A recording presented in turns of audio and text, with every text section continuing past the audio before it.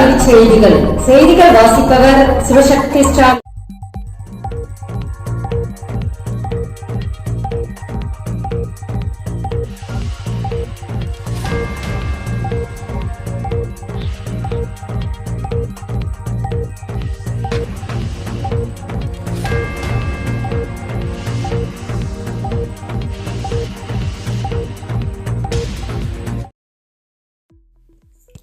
கால்நடை மருத்துவ படிப்பு கலந்தாய்வு தொடக்கம். முதல் நாளில் சிறப்பு பிரிவில் 25 இடங்கள் நிரம்பின.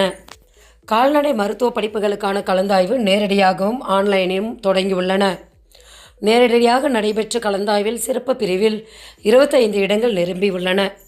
7.5% உள் இடஒதுக்கீட்டின் கீழ் அரசு பள்ளி மாணவர்களுக்கு நேரடி சேர்க்கை நடைபெறுகிறது. மேலும் விவரங்களுக்கு www.tanavas.com என்ற இணையதளத்தை பார்க்கலாம். MBBS படிப்பவர்களுக்கு நெக்ஸ்ட் தேர்வு நடத்த முடிவு. நடப்பு ஆண்டு முதல் அமல். தேசிய மருத்துவ ஆணையம் தகவல்.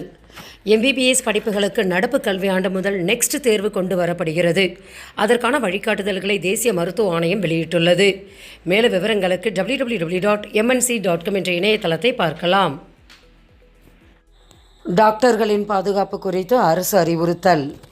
மருத்துவ பணியாளர்களின் பணியிட பாதுகாப்பு தொடர்பாக மாநில யூனியன் பிரதேச அரசுகள் எடுத்த நடவடிக்கைகள் குறித்த அறிக்கை சமர்ப்பிக்க மத்திய அரசு அறிவுறுத்தியுள்ளது. சுகாதார செயலாளர் அபூர்வா சந்திரா எழுதிய கடிதத்தில் CCTV கண்காணிப்பு, பாதுகாப்பு ஆலோசனை குழு விவரம் போன்றவை தொடர்பாக எடுக்கப்பட்ட நடவடிக்கை குறித்து செப்டம்பர் 10ஆம் தேதிக்குள் அறிக்கை தாக்கல் செய்ய வேண்டும் என கூறப்பட்டுள்ளது. சித்தா, ஆயுர்வேதா, யுனானி, ஹோமியோபதி படிப்புகளுக்கு 7350 பேர் விண்ணப்பம். அக்டோபரில் கலந்தாய்வு. சித்தா, ஆயுர்வேதா, யுனானி, ஹோமியோபதி படிப்புகளுக்கு 7350 மாணவ மாணவியர்கள் கலந்தாய்விற்கு அழைக்கப்பட்டனர். இந்திய மருத்துவ மற்றும் ஹோமியோபதி துறையின் கீழ் அரும்பாக்கம் அறிஞர் அண்ணா அரசு இந்திய மருத்துவமனை வளாகத்தில் சித்த மருத்துவக் கல்லூரி, யுனானி மருத்துவக் கல்லூரி போன்ற பல்வேறு கல்லூரிகள் உள்ளன. அரசு கல்லூரிகளில் உள்ள 30 இடங்களில் அகில இந்திய ஒதுக்கீட்டுக்கு 50 இடங்கள் ஒதுக்கப்படுகின்றன. மேலும் விவரங்களுக்கு www.tnhealth.government.in என்ற இணையதளத்தை பார்க்கலாம். மத்திய அரசின் தேசிய அறிவுசார் சொத்து விருதுக்கான ஆராய்ச்சிகளை சமர்ப்பிக்க UGC அறிவுறுத்தல்.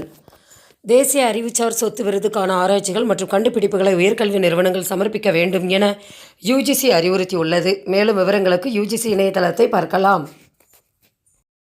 செய்திகள் நிறைவடைந்தன. வணக்கம்.